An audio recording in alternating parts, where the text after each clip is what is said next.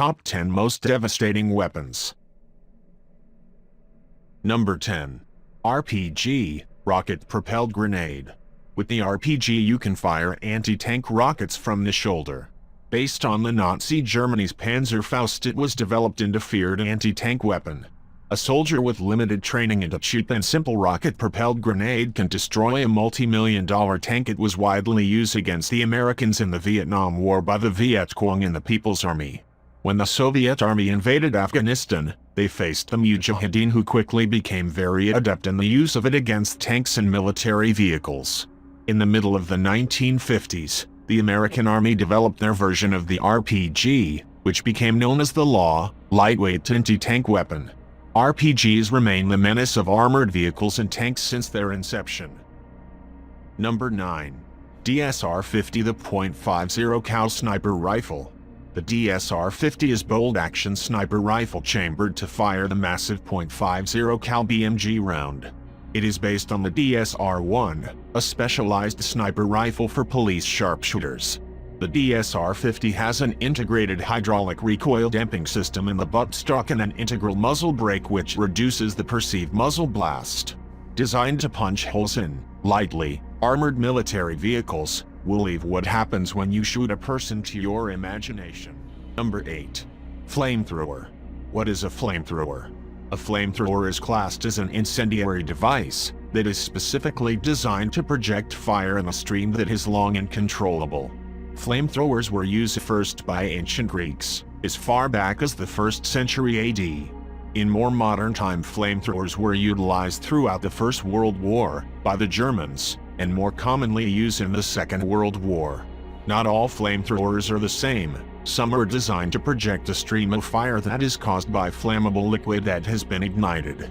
Others are designed to project a long flame of gas. Liquids are the most common type used in military flamethrowers. Commercial devices opt to use propane and natural gases, high-pressure ones, as they are generally considered safer to use. Military uses for flamethrowers were mainly centered around attacking fortifications, bunkers, etc. Civilian uses for flamethrowers tend to be more agricultural in nature. They are useful for clearing fields. For example, flamethrowers come in many forms. Portable ones tend to be two-part devices, a backpack for the fuel and a tube for the output. They can also be vehicle-mounted for easy use. Simple to operate and maintain. You certainly do not want to be on the receiving end of them, making them number 8 on our list. Number 7. Schlurgustav. Schlurgustav. This was the name given to a German 80 cm railway gun, a huge piece of artillery designed to be shot from a railway wagon. It was developed in the late 1930s by Krupp of Essen as artillery for the explicit purpose of destroying the main forts of the French Maginot Line during a siege. At the time, these were the strongest fortifications in existence. Gustav could fire shells weighing 7 tons to a distance 47 kilometers. When fully assembled, the Schlurgustav weighed nearly 1,350 tons. The Germans designed this piece of artillery to prepare for the Battle of France. The biggest gun of WWII was not ready to do battle when the battle began. But it didn't really matter because the Wehrmacht's blitzkrieg aggression through Belgium rapidly outflanked and isolated the Maginot Line's static defenses, forcing them to surrender without any major losses and making the destruction of the fortifications unwarranted. Number 6. Nimitz-class aircraft carrier. As Nimitz-class, at over 1,000 feet, the Nimitz-class aircraft carriers are the world's biggest warships. Costing around $4.5 billion each, they are also the most expensive. The 100,000-ton carriers can hold up to 90 aircraft and are fitted with anti-aircraft guns and missiles. They are expected to serve for 50 years. However, the U.S. is already developing its successor in the Gerald R. Ford class, which will be even bigger and is expected to cost around $12 billion. Currently, there are 10 Nimitz-class aircraft carriers in service with the United States Navy. The lead ship of the class is named after the World War II United States Pacific Fleet Commander Fleet Admiral Chester W. Nimitz, the U.S. Navy's last fleet admiral. Instead of the gas turbines or diesel-electric systems which are used for propulsion on most modern warships, The carriers used two nuclear reactors which drive the four propeller shafts and can achieve a maximum speed of over 30 knots. Because they use nuclear power, these massive ships can operate for over 20 years without refueling. The ability to project power anywhere on the planet with the ability to defend itself means a high place on our list. Number 5. Chimera virus. In ancient mythology, a chimera is an animal formed from parts of different animals, like a hippogriff or a griffin, which aptly describes this virus. A chimera virus is made by combining the DNA of two or more other viruses. In the 1980s, the Soviets were experimenting with them, using the genetic material from other viruses and injecting them into a smallpox or another virus, thus producing a chimera. This process ensures the new virus is able to retain the smallpox's virulence and appearance under a microscope, while at the same time it is able to spread an entirely different infection.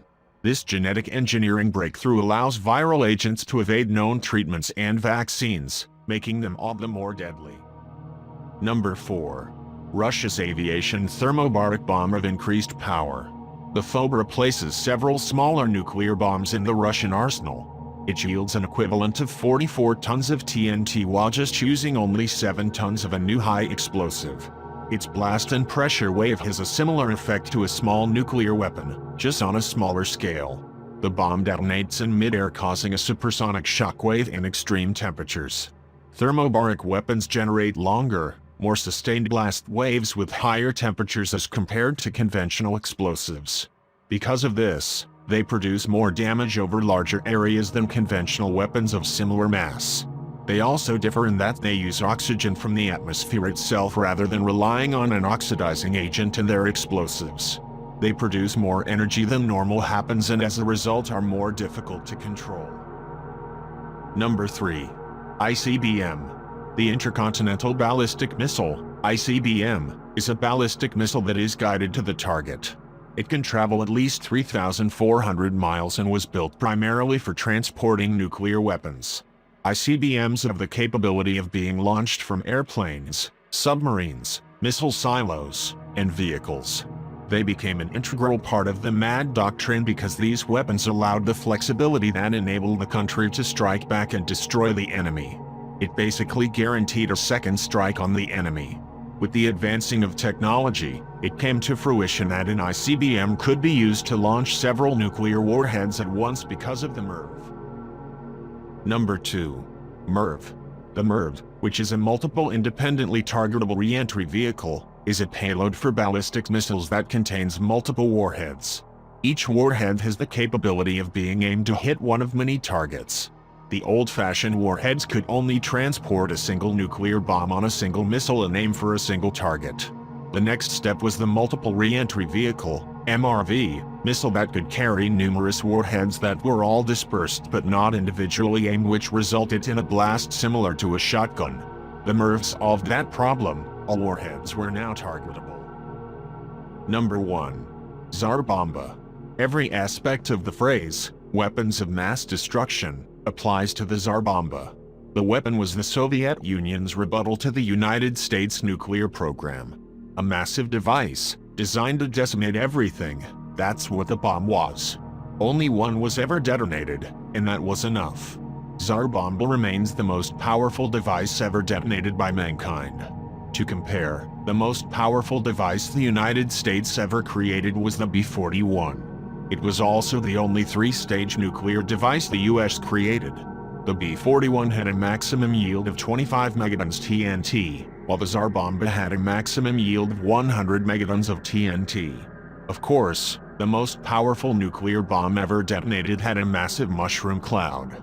The mushroom cloud is estimated to have gone as high as 40 miles in the sky, which is about 7 times as tall as Mount Everest.